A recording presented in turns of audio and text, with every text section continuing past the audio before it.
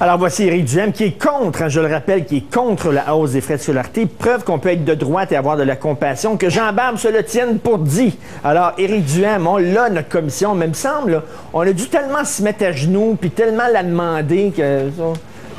Ah ouais, c'est ça. À matin, on a finalement eu, après 2 ans de demandes incessantes envers le gouvernement Charest, finalement, le premier ministre a écouté la population, a mis en place une commission d'enquête qui va respecter la loi sur les commissions d'enquête avec une juge, France Charbonneau, qui est en tête de cette commission, qui a une crédibilité. Elle s'est adjoint hier 2 commissaires de haut calibre, M. Lachance, l'ancien vérificateur général du Québec, le vérificateur général du Québec, et le professeur McDonald de l'Université McGill, professeur en droit réputé, reconnu.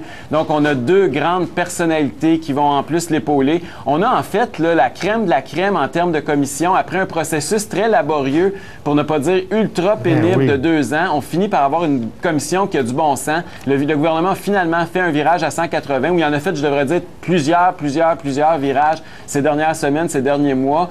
Ça fait c'est pas lui, Jean Charest, qui traitait Mario Dumont de girouette. Bien, c'est ça. À matin, la caricature du Devoir est assez particulière, où on voit Jean Charest en girouette, puis Mario Dumont qui dit « Coudonc, c'était pas moi la girouette ici! » Et je pense qu'effectivement, Jean Charest, là-dedans, a eu l'air d'une vraie girouette. Et je pense pas que c'est par calcul politique, parce que ce matin, il y a toutes sortes de thèses puis de théories parmi les analystes, là, puis même les députés de l'opposition. Est-ce que ça veut dire que Jean Charest s'en va? Est-ce que ça veut dire qu'il essaye il a repoussé ça le plus tard possible pour essayer de faire des élections au printemps, juste avant que la vraie merde sorte pendant la commission? Moi, je pense que c'est rien de ça. Je pense que c'est que Jean Charest a sous-estimé la colère des Québécois et la volonté de l'ensemble de la population d'avoir une commission d'enquête qui fasse la lumière sur ce qui se passe dans l'industrie de la construction au Québec. Il a complètement sous-estimé ça. Il pensait que la poussière allait retomber, mais même après 2 ans, la poussière ne retombait pas. Il y avait toujours une autre épisode qui ressortait. C'est la preuve qu'on peut faire plier le gouvernement quand on s'y met. Absolument. Effectivement, la population dans ce dossier-ci, après 2 ans d'acharnement sur Jean Charest, a réussi à faire plier le gouvernement. Mais là, si j'étais, à lui faire perdre la face, en fait. Si j'étais ministre libéral, je commencerais à faire mes boîtes, là, parce qu'il va sortir, ce qui va sortir dans la commission d'enquête, ça va éclabousser tout le monde. Mais là, c'est surtout ça. Le gouvernement en place. Quand est-ce que ça va sortir? Quand est-ce que l'élection va avoir lieu? Est-ce que Jean Charest sera encore là pour l'élection? Évidemment, ça, c'est toutes des questions qui sont encore en suspens. Mais c'est pas impossible qu'il déclenche une élection au printemps et que le cœur ou l'essentiel de ce qui se passe dans l'industrie de la construction soit pas encore sorti, soit pas encore public,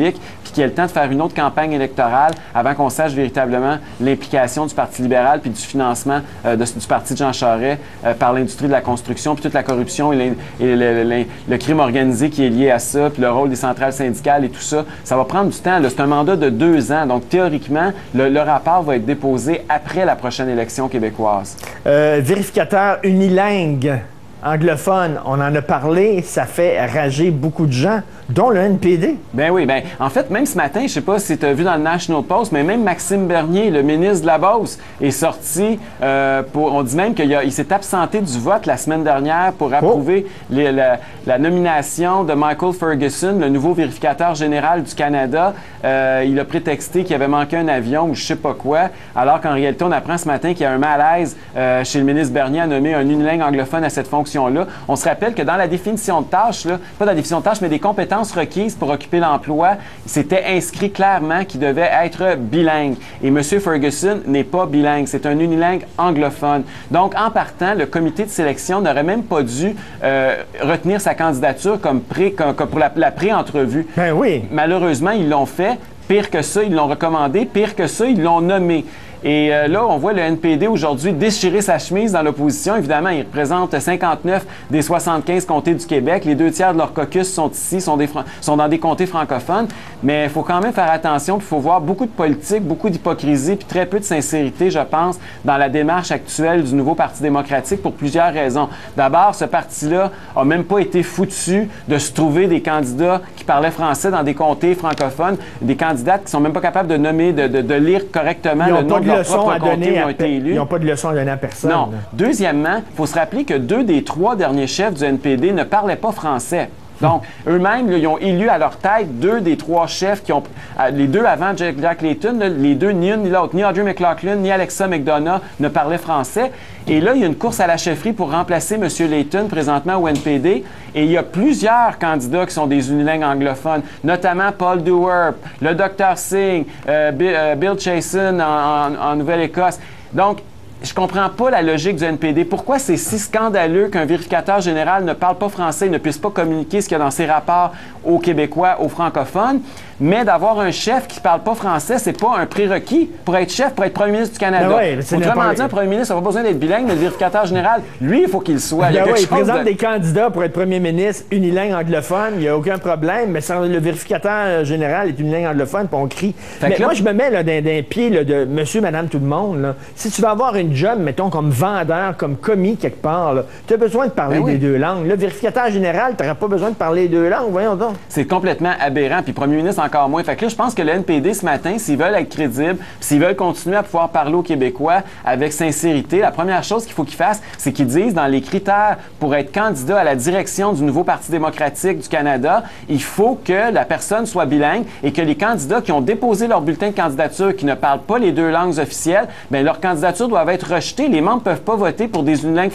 anglophones. Ben oui. Donc, s'ils veulent être sincères, qu'ils passent la parole aux actes, qu'ils arrêtent de chialer après les conservateurs, qu'ils fassent le ménage dans leur propre cours en matière de bilinguisme. Je vais te poser une question. C'était pas prévu, ça, dans notre plan de conversation, mais je te lance là-dessus. Paul Sauvé, l'entrepreneur qui a écrit un livre sur l'industrie de la corruption, OK?